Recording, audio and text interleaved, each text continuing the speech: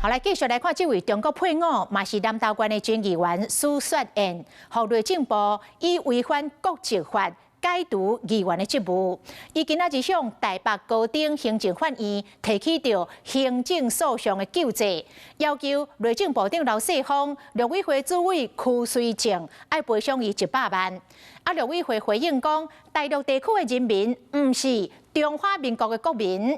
结果，互因的律师来批评讲，这是咧混乱是非。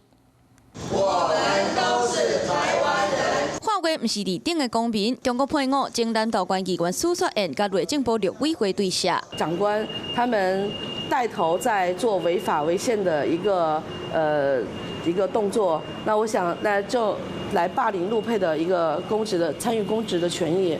那我在这里正式的让这个案件就是提出诉讼，进入正式的司法程序。不管去年底和内政部认定，伫咧就职进前也被办理放弃中国籍，用违反国籍法诉及解除议员的公职。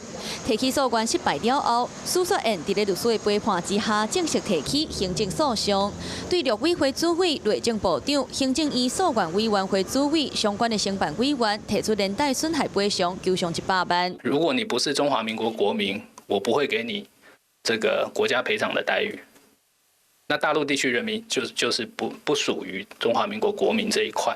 陆委会故意不跟你讲清楚，故意跟你扭曲，然后呢，制造出一个什么，你必须放弃中华人民共和国的国籍。这很奇怪，为什么？很奇怪，为什么？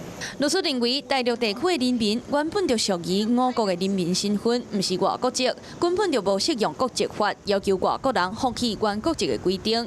苏雪燕嘛讲，要维护38万例中配的权益。